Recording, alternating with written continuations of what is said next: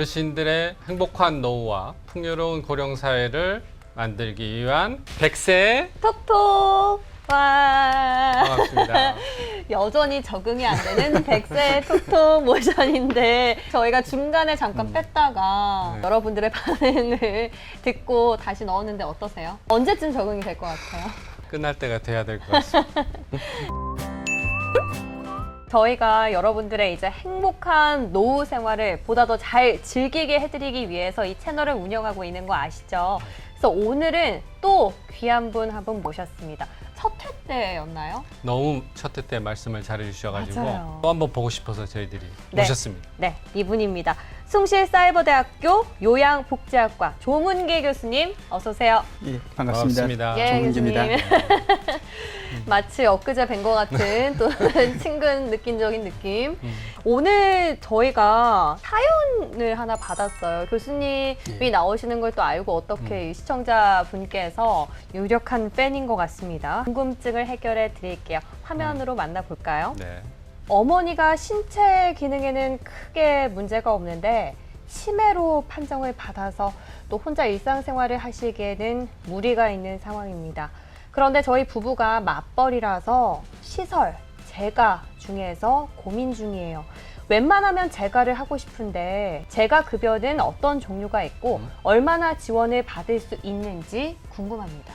교수님, 이 사연 중에 재가급여, 예, 이 재가급여가 뭔가부터 쉽게 다시 한번 설명해 주세요. 알겠습니다. 풀어주시죠. 이 사연 자체가 가지고 있는 의도는 실은 어르신이 치매 판정을 받았다라는 것과 일상생활을 해내시기는 한다. 근데 무리가 좀 있다라는 것과 또 그를 돌보는 분들이 맞벌이다라는 게 중심 포인트인 것 같습니다. 여기에 본인께서 시설을 가고 싶지 않고 재가급여를 이용하고 싶다라는 내용으로 사연을 주신 것 같은데요. 일단 이분이 재가급여 서비스를 받기 위해서는 실제적으로 등급 판정이다라는 것을 받아야 됩니다. 등급을 네. 받아야만 재가 서비스를 받을 수 있는데요. 그 등급이라 함을 예. 저희가 지난 시간에 또 못 보셨던 그쵸, 분들도 맞아요. 계시잖아요. 예. 노인 장기 요양 보험에서 예. 받을 수 있는 뭔가 등급이 있고 또 예. 그 등급을 받아야지만 이 재가 급여도 받을 수 있다는 말씀이시죠. 그렇죠. 간단하게 한번. 장기요양보험 제도라는 것은 어르신이 실제적으로 몸이 불편한 정도에 따라서 어르신을 보살필 수 있는 제도입니다. 그래서 다시 한번 학습을 해보겠습니다. 어르신의 전체적인 어르신이 어떠한 질병으로 내지는 일상생활 정도에 얼마나 불편을 느끼고 어르신이 개인적으로 신변 처리를 어떻게 할 수 있는지 내지는 사회성을 얼마나 밖에 나가서 하고 계신지 사회활동을 하고 계신지 뭐 이러한 정도를 가지고 네. 어르신을 판정을 하게 됩니다. 1등급, 2등급, 3등급, 4등급, 그 다음에 5등급 인지지원 등급 어찌 보면은 6등급 체계를 가지고 있고요. 선진국일수록 어르신의 많은 생활의 편의를 보태기 위해서 등급을 많이 늘려놓긴 합니다. 뭐 일본과 같은 경우도 7등급을 하고 있는데 우리 제도도 또한 그동안 발전됐다라고 할 수 있는 거죠. 보니까 일본의 등급을 제가 잠깐 봤는데 예. 저희는 1등급이 가장 중증이신 분인데 일본을 보니까 5등급이 제일 중증인 것 같은데 반대입니다. 이게 반대 예. 그거는 이유가 그 있습니다. 특별한 이유가 있는 건 아니고요. 사회적인 제도나 문화가 그 나라의 부양 방식 내지는 전체적인 사회 문화의 특성을 띠기 때문에 우리나라는 1등급을 중증이라고 생각을 하지만 일본은 반대로 5등급을 중증이라고 여기고 있고요. 네. 일본은 치매 등급이라는 게 특별하게 없습니다. 우리나라는 그만큼 치매 어르신이 많기 때문에 치매에 중점적으로 어떤 돌봄을 하자라는 정책이기 때문에 그 나라의 색깔이라고 이해하시면 될 것 같습니다. 또 등급에 대한 보다 자세한 이야기는 저희가 1, 2회 때 맞아요. 또 방송이 나갔으니까 구체적으로 참여를 해 주시고요. 자, 그래서 노인 장기 요양 보험에서 등급을 받으신 분들은 앞서 사연으로 돌아갔을 때 재가 급여라는 걸 받을 수가 있지 않습니까? 예. 이 재가 급여의 종류는 어떤 것들이 있을까요? 이 재가급여라고 하는 것은 어르신들을 최대한 본인이 생활이 익숙한 환경인 집에서 계실 수 있도록 모실 수 있는 시스템을 말합니다. 말 그대로 한자를 생각하면 그렇죠. 될까요? 예. 재가급여 그러면은 예. 집에서 서비스를 받는다 이렇게 예, 이해하면 되겠죠. 예. 물론 집도 포함이 되지만 이 집의 단어 안에는 커뮤니티라는 것도 포함이 됩니다. 커뮤니티. 동네, 마을. 그래서 자기 집 근처에 있는 주간보 내지는 단기보호 작은 시설에 가서 네, 네. 본인이 임시적으로 어느 정도 놀이도 하고 게임도 하고 식사를 수발받기도 하고 뭐 이러한 제도인데요. 구체적으로 제가 네. 재가급여와 시설급여를 나눈 모니터가 있습니다. 화면이 있는데요. 이 화면 안에 재가급여라고 하는 것, 여기에 방문 요양이다라는 것은 요양보호사 선생님이 집으로 찾아가서 집에서 어르신의 목욕도 시켜드리고 신체 네. 지원, 가사 지원, 그다음에 그 밑에 아까 우리나라는 치매에 좀 특성화된 나라이다. 뭐 치매에 대한 여러 위험도가 있기 때문에 이러한 네. 제도를 만들기 시작합니다만 인지활동 방문 요양, 집으로 찾아가서 어르신들의 더 이상 치매가 악화되지 않도록 어르신의 인지 기능을 자극하는 거죠. 어르신들을 인지 자극해서 잔존 기능이라고 하는 것, 어르신들 의외로 치매 어르신어도 하실 수 있는 것이 상당히 많습니다. 전문가가 판단을 했을 때 다들 약간의 어르신은 못할 거다라고 생각을 해서 부정적으로 보는 견해가 있는데요.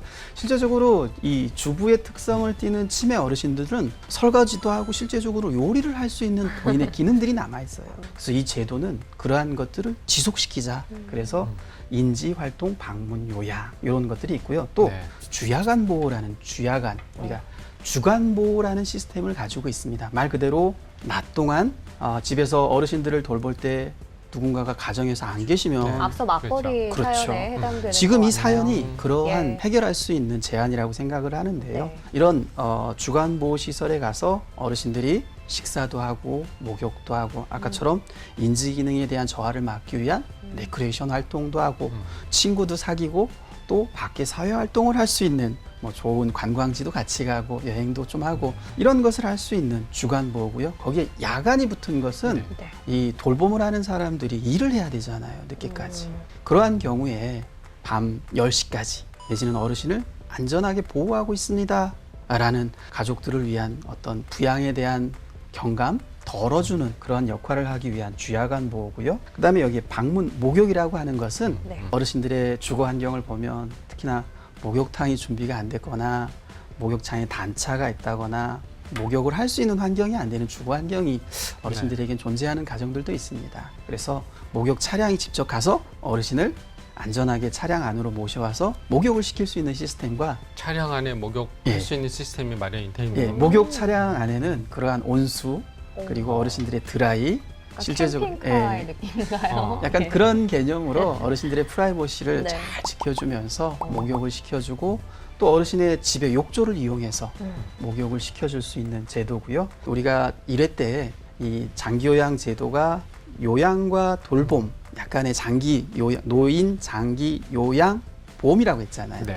이 안에는 실제적으로 의료적인 차원이 존재합니다. 어. 예, 그래서 가장 중요한 방문 간호라고 하는 네. 예, 이러한 제도들은 실제적으로 의사의 지시를 받아서 집으로 찾아가서 집에서 계신 어르신 중에 병세가 있다든가 질환을 앓고 계신 분 중에 흔히 이제 뭐 콧줄을 끼고 계신다든가 아니면 배변 튜브를 갈고 계신다든가 본인 혼자 식사를 못 하시거나 네. 아니면 네. 구강에 문제가 있어서 식사를 못 하시는 뭐 이런 어르신들을 옆에서 수발하는 데는 의사의 지시서를 받아서 간호사 선생님이 때로는 치유생사가 가서 어르신들의 상태를 케어해주는 그런 것을 방문 간호라고 하고요. 네. 네. 또 하나 가장 중요한 단기 보호라고 하는 것이 있습니다. 네.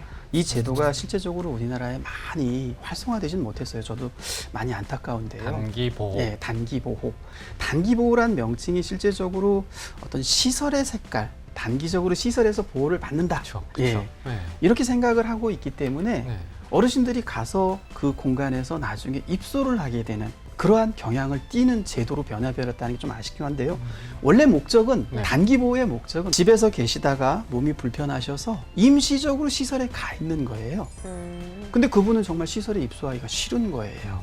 그러면 단기 보호는 집으로 다시 돌아가서 집에서 가족들에게 돌봄을 받을 수 있는 그런 제도의 취지인 겁니다. 그렇기 때문에 선진국들은 이 단기 보호를 잘 써요. 집에서 어르신들과 꾸준히 네. 이 돌봄을 받으면서 정말 어르신들의 돌볼 수 있는 손이 없는 출장을 간다든가 누가 결혼식을 한다든가 이런 경우에는 임시적으로 시설에 맡겼다가 꼭 찾아오는 모셔오는 이런 제도로 좀 바뀌어가야 되는데요. 이게 9일밖에 안 됩니다. 실제적으로 어르신을 시설에 모실 수 있는 연간 몇 번을 쓸 수 있는 형태로 변하지만 선진국들은 의외로 시설에 많이 계셨다가 단 하루라도 집으로 모셔오면 그걸 해결했다. 네. 어르신을 돌볼 수 있는 역할을 했다라는 취지의 이 제도가 단기보호라고 하는 제도입니다. 이게 참 말씀해 주셨던 서비스가 굉장히 많은데 중에서 하나만 택할 수 있나요? 이 골고루 좀 이용을 하면 좋을 것 같다는 생각이 드네요. 이 제도의 장점은 예. 여러 가지 통합을 쓸 수 있다라는 제도입니다. 음. 근데 통합이 이게 예. 본인이 원한다고 해서 내가 150만 원, 200만 원 과도한 서비스를 쓸 수 없을 만큼 아까 등급 판정이라고 해서 1등급, 5등급 안에는 돈의 액수가 정해져 있어요. 그렇겠죠. 1등급 안에는 150만 원 정도의 예산을 가지고 예. 방문 요양, 음. 방문 간호, 다들 수가의 가격이 약간씩 다릅니다. 의료적인 처치가 들어가면 약간 단가가 높아요. 그럴 수밖에 없고. 예, 전문가가 아. 의사의 지시를 받았기 때문에 방문 간호라든가 주간 보호를 쓰게 돼서 그거를 조절을 하게 되는 거죠. 네. 그 한도를 넘어가면 네. 본인이 부담해야 되는. 어쨌든 보험이라는 제도권 안에 속하는 서비스이기 때문에 예. 그 뭔가 이제 금전적인 측면에 어쩔 수 없이 좀 한계가 포함이 되는 것 같습니다. 예. 네. 노인장기 요양보험제도의 가장 핵심이라고 할 수 있는 복지용구라는 아. 우리가 실제적으로 예. 어르신들이 주거 환경이 그렇게 네. 잘 안 돼 있는 환경 안에서 맞아요. 어르신들이 케어를 하는 건 상당히 부담스럽습니다. 전문가들, 요양보호자 선생님들도 네네. 부담스러워하고요. 실제적으로 어르신들의 낙상이 원인이 돼서 시설로 가는 경우도 많습니다. 낙상을 예방하기 위해서는 이 복지용구가 정말 큰 힘이 되기도 합니다. 그렇군요. 특히나 집에 있을 때는 그런 예. 의료용품들이 좀 부족할 수 있기 때문에 그렇죠. 그것을 보험, 아까 말씀드린 노인장기 요양보험 안에 재가급여라고 하는 형식으로 본인 부담의 15%만 내면은 복지용구를 쓸 수 있는 거죠. 자, 그러면 앞서서 이제 재가 서비스의 종류에 서비스뿐만 아니라 이제 복지 용구까지도 신청을 할 수 있는 부분이 있다라고 해서 다양하게 이제 설명을 해주셨는데 어떻게 신청을 해서 하는지가 가장 핵심일 것 같아요. 또 서류 절차적인 측면이 궁금하거든요.